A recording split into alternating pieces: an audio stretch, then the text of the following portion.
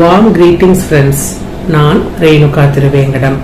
என்னுடைய எல்லா வீடியோக்களும் ஃபேமிலி லாவை மையப்படுத்தி படிக்கிற ஸ்டூடெண்ட்ஸ்க்கு ஹெல்ப் பண்ற விதத்துல ஃபேமிலி லாஸ்ல இருக்கிற செக்ஷன்ஸ் எல்லாம் என்ன சொல்லுது, அது ரிலேட்டடான லேட்டஸ்ட் ஜட்ஜ்மெண்ட்ஸ் என்ன சொல்லுதுங்கிறத பத்தி தான் வெளியிட்டிருக்கேன்.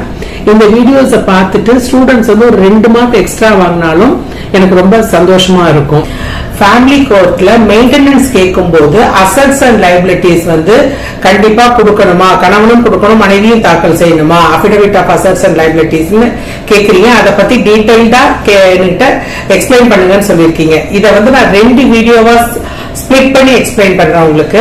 ஃபர்ஸ்ட் வீடியோ வந்து ஒரு இன்ட்ரோடக்டரி பார்ட், 2வது வீடியோல உங்களுக்கு இன்னும் டீடைல்டா வந்து எக்ஸ்பிளைன் பண்றேன். எப்படி இருக்கும், அதுல என்னென்ன ஃபில்அப் பண்ணணும், என்னென்ன கொஸ்டின்ஸ் அதுல கேட்டிருப்பாங்க அப்படிங்கறதெல்லாம் பத்தி அடுத்த வீடியோல சொல்றேன். ஃபர்ஸ்ட் வந்து அஃபிடவிட் ஆஃப் அசட்ஸ் அண்ட் லைபிலிட்டிஸ்னா என்னங்கறத பத்தி ஒரு இன்ட்ரோடக்ஷன் கொடுக்குறேன். முதல்ல வந்து மனைவி ஒரு விவாகரத்து வழக்கோ ஆர்சிஆர் வழக்கோ ஏதோ ஒரு குடும்ப நல வழக்கு நிலுவையில் இருக்கும் பொழுது கணவன் கிட்ட இருந்து மனைவி வந்து மெயின்டெனன்ஸ் கேட்கறாங்க இல்லையா. அந்த மாதிரி மெயின்டெனன்ஸ் கேட்கும் போது அவங்க வாயில வந்ததெல்லாம் கேட்க முடியாது. கணவருக்கும் சரி மனைவிக்கும் சரி, கணவருடைய சம்பளத்துல இருந்து மனைவி கேட்கறாங்கன்னா அவருக்குன்னு சில செலவுகள் இருக்கும். அவங்கள டிபெண்ட் பண்ணி அவரோட அம்மா வயதான பெற்றோர்கள் இருப்பாங்க, இல்ல திருமணமாகாத வேலைக்கு போகாத சகோதரி இருப்பாங்க, இல்ல இன்வாலிடான ஒரு பிரதர் இருப்பாங்க. சோ மனைவி கேட்கிற அத்தனையும் அவரால் கொடுக்க முடியாது. அதே மாதிரி மனைவி வந்து வேலைக்கு செல்லாம குழந்தைகளை பாதுகாத்துக்கிட்டு இருந்தாங்கன்னா கணவர் வந்து அவங்களை பராமரிக்க வேண்டியது கணவனுடைய தலையாய கடமை. சோ மனைவிக்கு வந்து அவர் ஜீவனாம்சம் கொடுக்க வேண்டியது அவசியம். அந்த மாதிரி இருக்கும் பொழுது நியாயமா 2 பக்கமும் சீர்தூக்கி பார்த்து யாருக்கு வந்து எவ்வளவு அளவு மெயின்டெனன்ஸ் தேவையோ அது கணவரால் எந்த அளவுக்கு கொடுக்க முடியுமோ அந்த அளவுக்கு வந்து சட்டம் வந்து கணவரை கொடுக்க சொல்லி உத்தரவிடும். இதுக்கு வந்து இது எப்படி வந்து நீதிமன்றம் தீர்மானிக்க முடியும், கணவருக்கு எவ்வளவு வருமானம் வருது, மனைவிக்கு எவ்வளவு வருமானம் வருது, இவங்களோட தேவை என்ன, இதெல்லாம் பார்க்கணும் இல்லையா. இதுக்குதான் எந்த ஒரு மனைவியும் ஒரு மெயின்டெனன்ஸ் கேட்டு, மனைவி மட்டும் இல்ல வயதான பெற்றோர்களும் கூட அவங்களோட பையன்கிட்ட இருந்து பொண்ணுகிட்ட இருந்து மெயின்டெனன்ஸ் தாராளமா கேட்க முடியும். இந்த மாதிரி ஒரு மெயின்டெனன்ஸ் கேட்டு ஒரு அப்ளிகேஷன் தாக்கல் பண்ணா நம்ம வந்து முதல்ல அந்த அப்ளிகேஷனோட சேர்த்து அஃபிடவிட் ஆஃப் அசட்ஸ் அண்ட் லைபிலிட்டிஸும் சேர்த்து தாக்கல் செய்யணும்.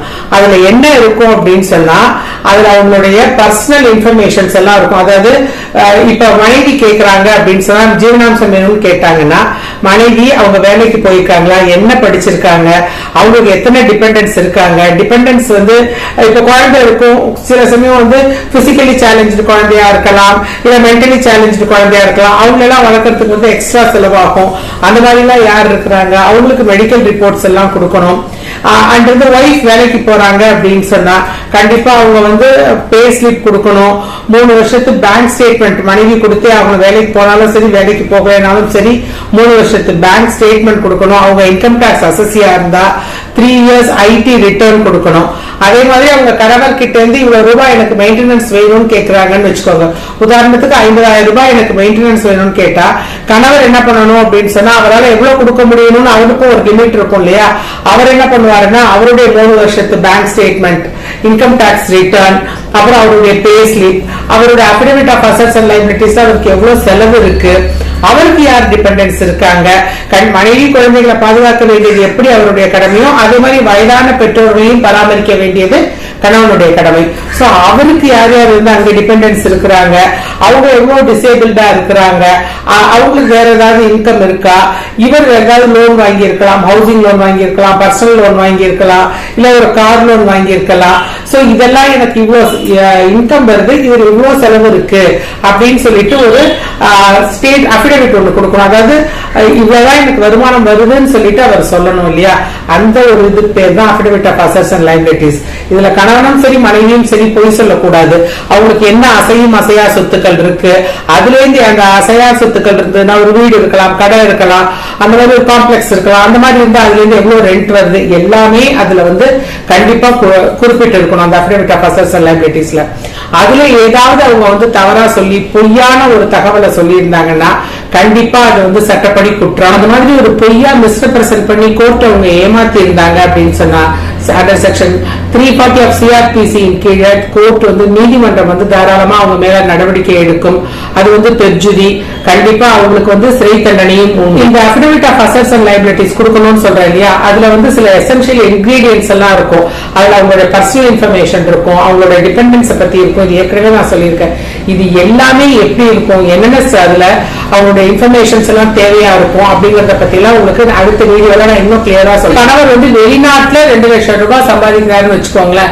மனைவி வந்து எனக்கு 1 லட்சம் ரூபாய் எனக்கு வந்து மெயின்டெனன்ஸ் வேணும்னு இந்தியாவில கேட்டாங்கன்னா கண்டிப்பா கோர்ட் கொடுக்காது. வெளிநாட்டுல 2 லட்சம் ரூபாய் சம்பாதிச்சாலும் அங்க அவங்களுடைய செலவு வந்து அந்த 2 லட்சத்துக்கு ஈக்குவலா தான் இருக்கும். இங்க சம்பாதிக்கிற இங்க 50,000 ரூபாய் சம்பாதிக்கும் போது ஆகிற செலவு அங்க 2 லட்சம் ரூபாய் சம்பாதிக்கும் போது அவருக்கு அதிகமா தான் ஆகும். அந்த நாட்டுல இருக்க விலைவாசி எல்லாத்தையும் பொறுத்துதான். சோ கோர்ட் அப்படியே 1 லட்சம் ரூபாய் ஜீவனாம்சமா கொடுக்க சொல்லாது. அதுதான் கோர்ட் வந்து நீதியை நிலைநாட்டணும். அதே சமயம் டிபெண்டா இருக்கிற மனைவி குழந்தைகள் கஷ்டப்படக்கூடாது, ஈக்வி ஸ்டேட்டஸ்ல இருக்கணும். இதை எல்லாத்தையும் கன்சிடர் பண்ணி மெயின்டெனன்ஸ் கொடுக்கறதுக்கு முன்னாடி கண்டிப்பா அசெட்ஸ் அண்ட் லைபிலிட்டிஸ் அஃபிடவிட்ட கொடுத்தா மட்டும்தான் அந்த மெயின்டெனன்ஸ் வந்து அலோவ் பண்ணுது.